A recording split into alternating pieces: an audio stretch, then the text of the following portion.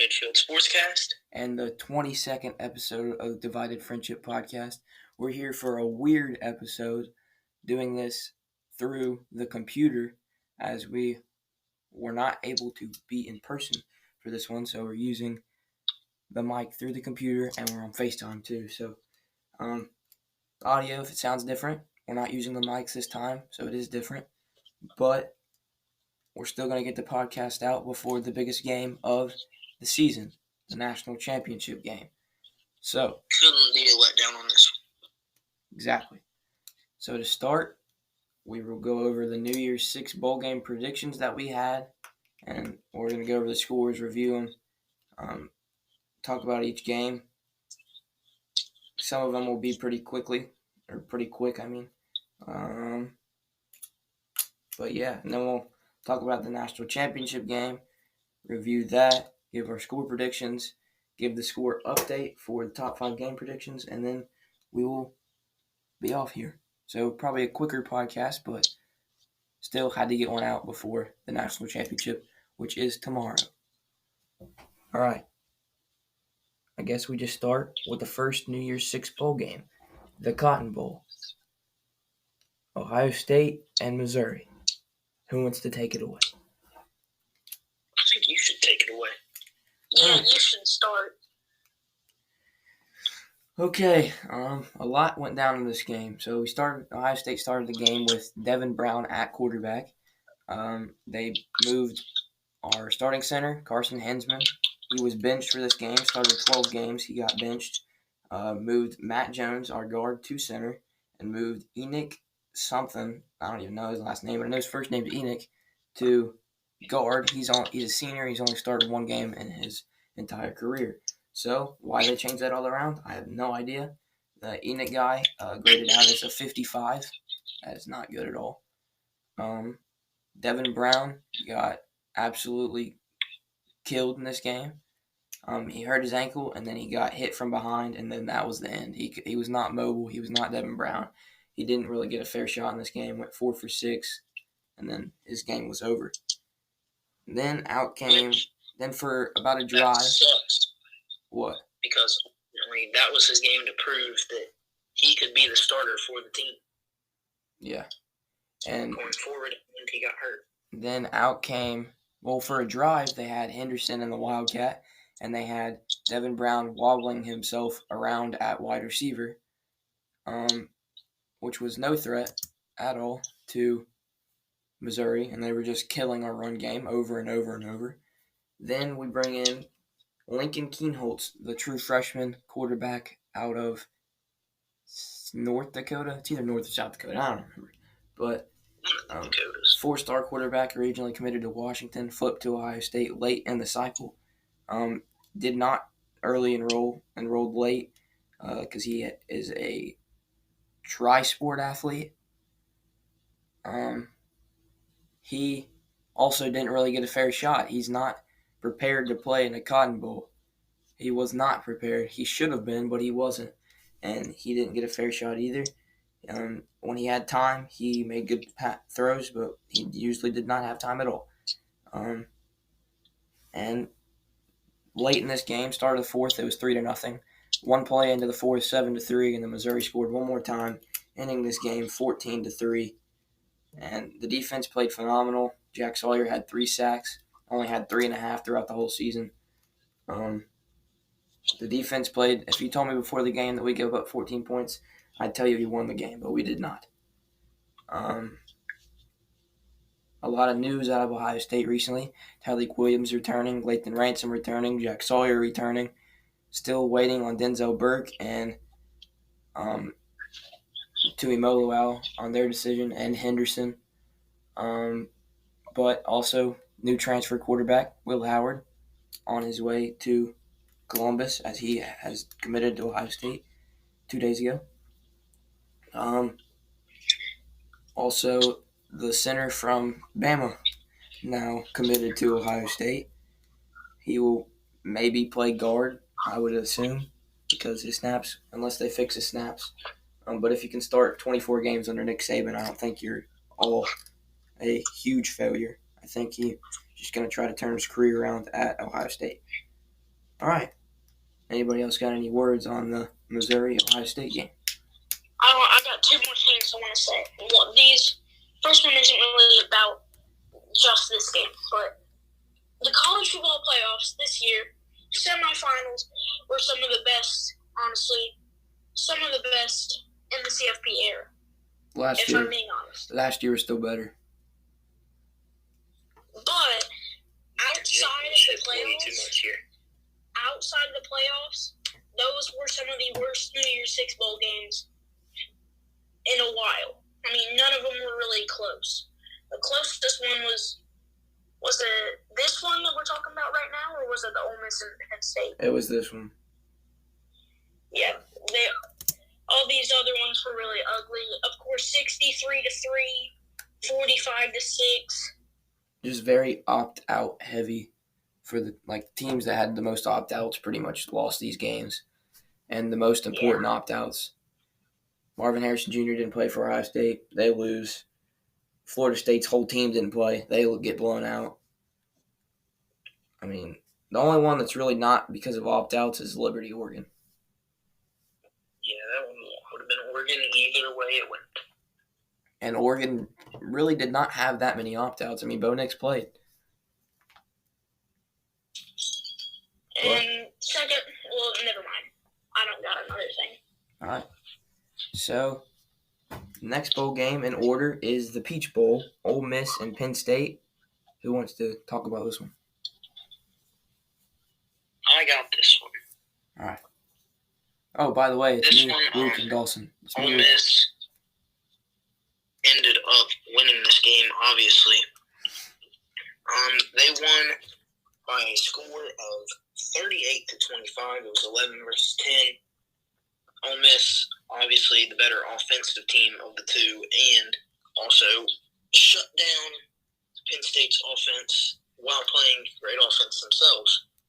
The key player here for this game, other than Jackson Dart, obviously, is Caden Prescorn, Ole Miss's tight end. He had 10 catches, 136 yards, and 2 touchdowns on the day. Trey Harris, their big receiver, 7 receptions, 134 yards. I mean, they just lit up Penn State's top 3 defense. Jackson Dart, 25 for 40, 379 yards, 3 touchdowns, no interceptions. And then Quinshon Judkins on the ground, 34 carries, 106 yards, which he is in the portal. Surprising. So whichever team gets him is getting a very good back. Yes, on the other side, for the Nittany Lions, Drew Allard, 19 for 39, 295 yards, 2 touchdowns, 1 interception. And Bo Perbula, I don't know how you say that, 1 for 1, 48 yards, and a touchdown. Rushing, Penn State, not very good, but also not horrible. Katron Allen, 10 for 51, and Nick Singleton, 8 for 50, along with Drew Allard, 5 for 40. Through the air, it was their tight end, primarily. Tyler Warren, 5 for 127. Nick Singleton, 4 for 86 and a receiving touchdown. Harrison Wallace, 4 for 67 and a receiving touchdown. And then Theo Johnson, 2 for 16 and a touchdown. The one interception in this game was by Ole Miss. Oh, goodness.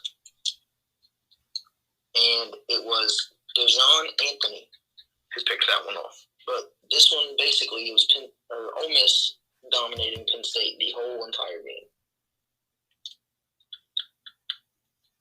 Penn State's offense never really truly had a chance against that Ole Miss offense. That's all I got for that one. All right. So, now we head into the Orange Bowl, the big blowout. Georgia, Florida State, all Georgia in this one, 63-3 the final. We said 44-7, 35-14, and 42-6, and that still was not enough. It was an absolute blowout. I mean, is there much to say? not really dominant. Okay. Next up, the Fiesta Bowl. Liberty and Oregon. Salters, their Liberty's quarterback, recently entered the portal. Now he's not in the portal anymore. He's back at Liberty. That's huge news for them. Huge for Liberty. Huge. All right. We said 45-22, 38-21, 38-37. Who wants to talk about this one? I will. All right. So, I thought that this would be a closer game. I thought that Liberty would, put up at least a good fight, which at first they were doing pretty good. They went straight down the field against Oregon, missed the extra point, and that was the last time they would score that game. And it was a good drive. They put together a really good drive, but from then on, Oregon's defense was lights out. And so was their offense. Bo Nix playing was a big part in them winning by that much. So I think that, that's not good momentum going for Liberty going into next season. But you have to be, if you're a Liberty fan, you have to be happy with the season you had this year. 13-1, making a New Year's Six bowl game. And if you're an Oregon fan, you got to be happy with the season. Sure, you lost the Pac-12 championship and lost to Washington twice, but you made the New Year's Six bowl game, beat the crap out of Liberty, and then that's how you finish the season. Then that was your last year in the Pac-12, so now looking forward, you're in the Big Ten. So going into the Big Ten, Oregon is a really big threat. The biggest threat of the four teams, in my opinion, and in most people's opinion. Philly, any words? Should be a fun future for the Big Ten. Yep. Moving on, the first college football playoff semifinal, the first of the two games, time-wise. You have the Rose Bowl game between Alabama and Michigan. An absolute thriller. Went to overtime in this one. We said 24-23, 38-24, and 34-29. Obviously, both Michigan fans choosing Michigan and the Ohio State fan choosing Alabama. I was obviously incorrect. So, you two, take it away.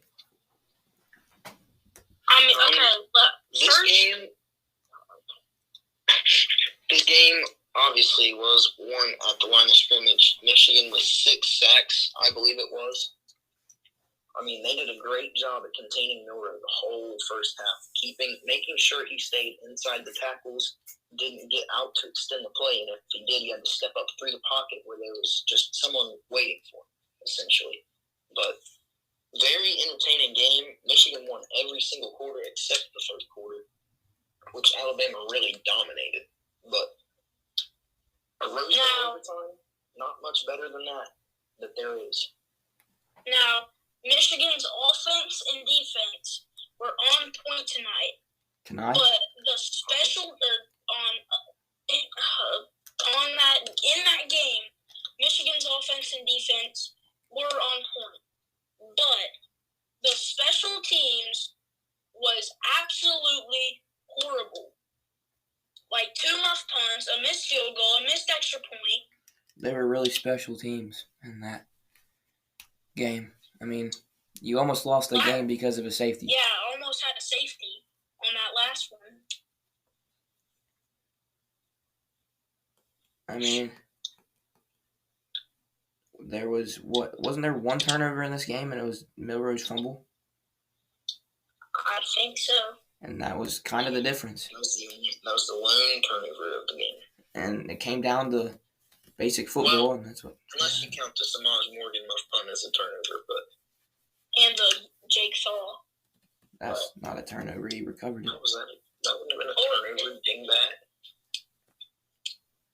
He muffed the punt. He recovered it. Oh, yeah, that's right. Never mind. Goodness, man. But yeah, and then Blake Corn gashing Alabama's defense in overtime. The most impressive run I've ever watched them have. Ever is crazy. Ever is a little stretch, but it was an impressive He run. broke like 4 tackles on one play. It's the most I've on a touchdown play from like 20 yards out. It wasn't like he breaks free 60 yards and just outran people. It was like he stiff armed the guy, spun off one, and backed his way into the end That's zone. just what Blake does, baby. Yeah. Blake the Great. Blake the 1 yard demon. Touchdown, he became Michigan's all-time touchdown leader. Broke Anthony Thomas's record of 150, and he's still going. He's looking for more in the game against Washington.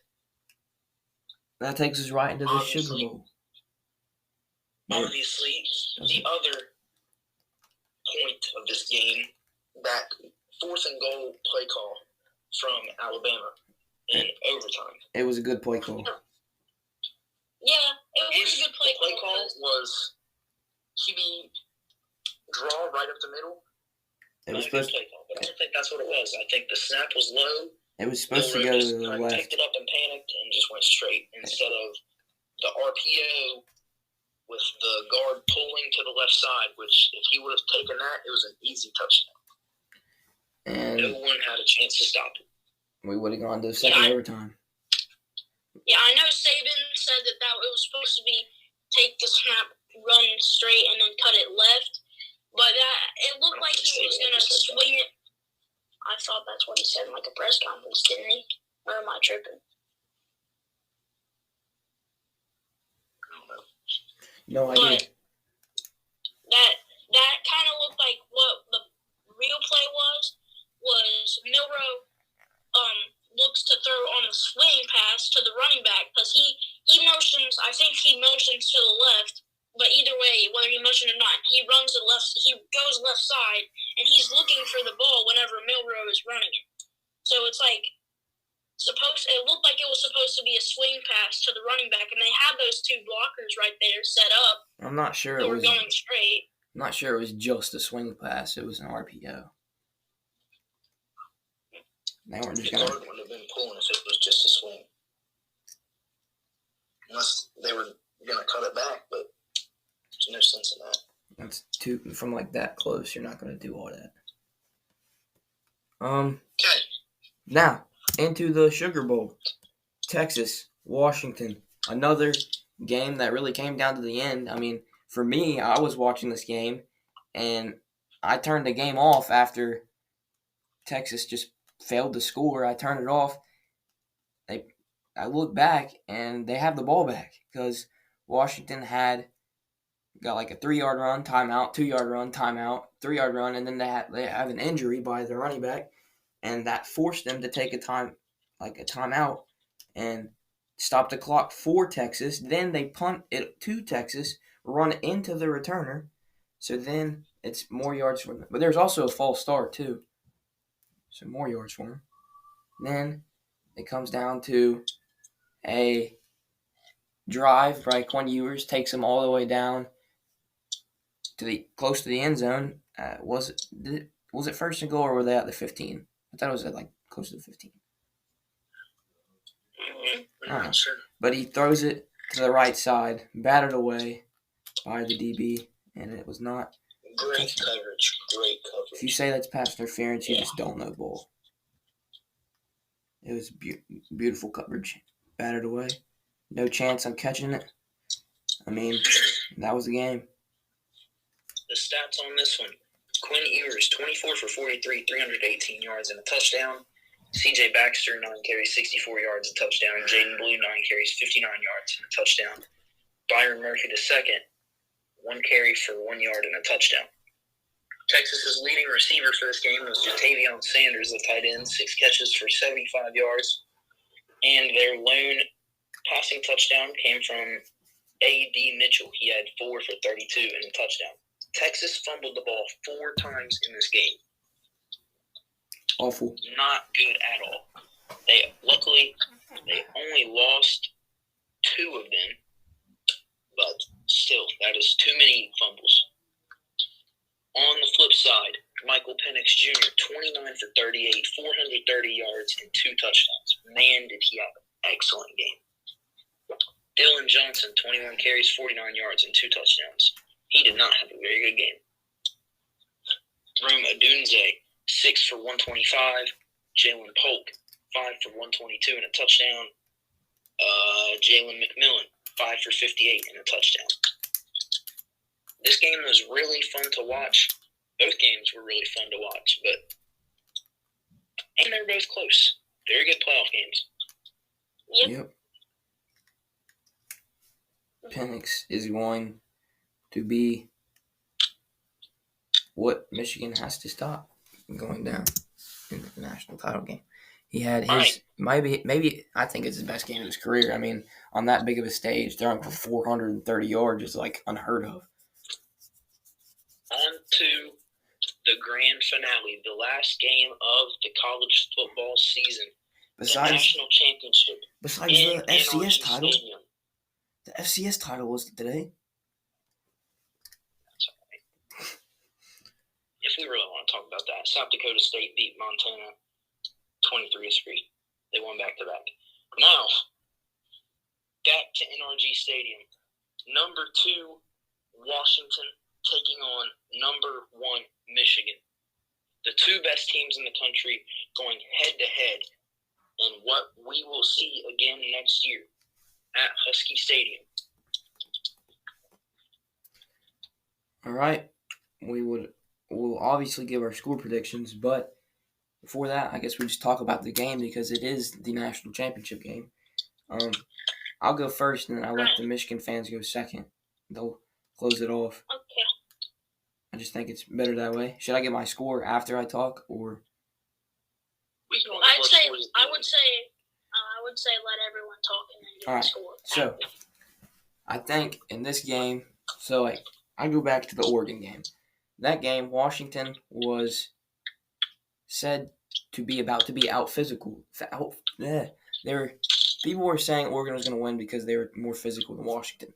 That was not the case. Washington was the more physical team in that game. I don't see Washington. Know the whole year. Huh? Washington has let a naysayer know the whole year. Yep. But I don't see Washington going into this game thinking, yep, we're going to out-physical this team. I just don't think that's going to happen. They're not going to try to run the ball down the middle or anything like that. I don't think the scheme is going to be to run the ball. I think they were going to chuck this ball all over the place. It worked against Texas. I think they're going to just keep being them and throw the ball for as many yards as they can to try to win this game, because what team has, I don't really know, but, is there a really pass-heavy team that Michigan's played so far? I mean, you could say Ohio State, but... No, not really. There has not been one this year. Michael Penix is not Kyle McCord, so I just think... Yeah, big adjustment for Michigan. I just think Penix is going to throw it 40 times in this game. I think they're going to chuck the ball around. Now, will it work? I don't know. I'm not saying it's going to work. I'm saying that's what I think they're going to do. The receivers from Washington they're insane. I mean, they're the best receiving core in the nation. Before the year, they was said to be Ohio State, but dealing with those injuries and then just lack of stats. But then again, Washington. I think they're going up against the best secondary in the nation. It's going to be a great matchup, and I think the receiver versus DB is going to be – I think the Washington receivers versus the Michigan defensive backs is going to be what wins this game for whoever can make the most plays. Like the Bama-Michigan game was one up front. I think this game is one in the secondary, or the receivers, whoever makes the most plays. Then, offensively, Michigan, they're going to be them. They're going to run the ball with Corum, and I think they will.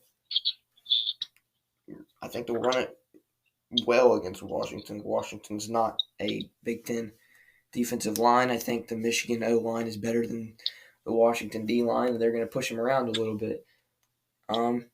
Yeah, that's what I got. You too. All right, I'm going first. So, this is a really important game for Michigan because Michigan's chapter in this story of college football is really coming to a close. I mean, next year losing basically their entire offense, losing some key defensive players too, potentially without their star head coach. I mean, this is really Michigan's window is shutting here. So this is a big chance for Michigan to, I guess we could say go out with a bang, because we don't know how good they will be in the future without a lot of their players. I mean, we don't know if we're going to be watching the same Michigan team that we've been watching. Especially with that schedule next season. Yeah, with that schedule next season, it's going to be really tough. So, that being said, this is a big adjustment from preparing for Jalen Milroe to Michael Penix. Jalen Milroe doesn't really take too many deep shots down the field. He doesn't really have too many. What are you talking about, bro? Milroe's more of a running quarterback was my point. Okay. My point is Milroe's more of a running quarterback. Just say that. All right. That's better. Because Milroe does throw the ball deep. Yeah. Just not as accurate as Penix. But now, Michael Penix is just a full-blown deep shot taker, if we wanted to say that, I guess. Listen, I'm just trying to. Oh my God. Anyways. Yeah. Penix, star quarterback, big adjustment for Michigan. Also, facing some star receivers too. I do think Michigan. Yeah, just some star receivers.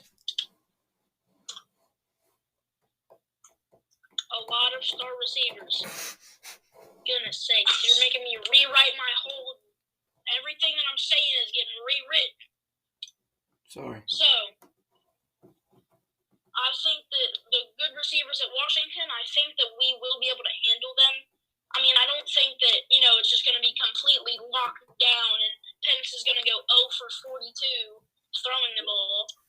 But, I mean, I think that we can handle them. If we can handle the best receiver in college football, then I think we can handle these guys at Washington.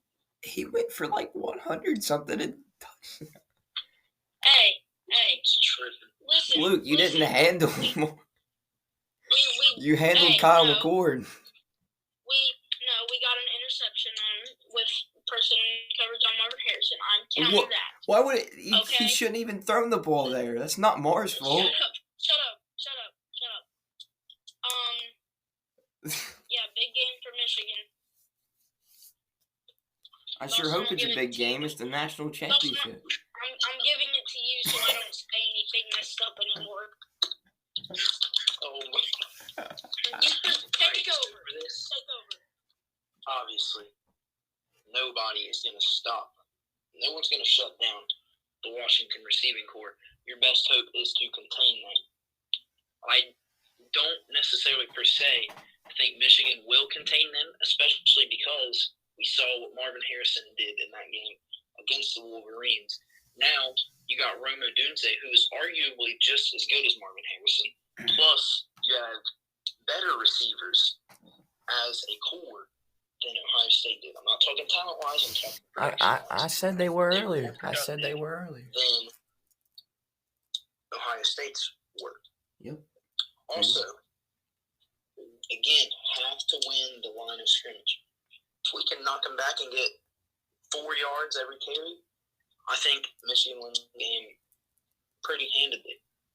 But the key part here, obviously, containing Washington's offense.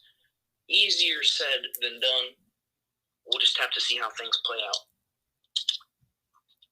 Yep. So me and Philly kind of agree on that one. All right. Now, the predictions for the last time in the 2023-24 college football season. Who will take home the national championship? Will it be Michigan for the first time in a long time? Or will it be Washington for the first time in an even longer time? The last 14 playoffs pretty much the playoffs me and these two have had almost our whole lives. From our memories, it's been. I just want to say the first 14 playoff ended in a Big Ten Pac-12 championship, and the last one's going to end in a Big Ten Pac-12 championship. And the first time, Big Ten team won the first time. Blew them out. I'll say the Big Ten team wins again. All right. So, the last 14 playoff, pretty much all our memories of the playoffs or the national title game has been the 14 playoffs. From just being like younger and not knowing college football. Not remembering. So, Washington and Michigan. I already talked about what I think is going to win the game. I think it's going to be Michigan defensive backs against the Washington receivers. I'm an Ohio State fan. I'm going with Washington. I got Washington winning this one. I mean, it's a win-win for the Big Ten. I mean, next year this counts as a Big Ten title, like a team with a title from the Big Ten. So, in a month it'll count for Big Ten. So, I'm going Washington with the win, 38-34. And a kind of high-scoring matchup, 38-34, 4-point Washington win. Now, Michigan fans, take the floor. Luke, you got it. All right. I agree with Maddyx. I think this is going to be a high-scoring game. I think that despite the fact that Michigan's defense is incredible, I think that both these defenses aren't going to be on point, but the offenses are going to be on their A game. I think that Michigan wins the national championship. Give me the Wolverines. High-scoring battle, 43-42. Michigan. When was the last time Michigan scored 43? This season. Literally this year. I know, but it's been a while. So, man, this will be a good one. Obviously, Washington's offense not nearly as talented as some. I say Washington's offense. I meant Washington's defense. Washington's defense not nearly as good as some of the defenses Michigan has faced this season, and I think that'll show. I think Michigan will get a lot more done offensively than they normally do against high-graded defenses. I also think that despite Michigan's great defensive squad, I think Washington's offense will do a lot of damage. With that being said, I'm going to take the Wolverines by a score of 37-30 in overtime. Ooh. What I predicted came true. I said they were both going to choose Michigan. I was going to choose Washington. It was pretty easy to say that. But we may be done with the season after tomorrow, but the podcast won't be over. We'll continue with the off-season stuff. We'll have some NFL player or draft player breakdowns. We'll have news over people who are declaring for the draft, maybe staying for another year. Some Mock drafts, talking about everything to do with the NFL draft, players staying, players leaving, the transfer portal, and we're definitely going to talk about Michigan and Ohio State because this might be the most changes in one offseason that we have seen in a long time. For sure. All right. Thank you guys for listening to this podcast, tuning in. We appreciate it, and we will see you on the next one. Adios.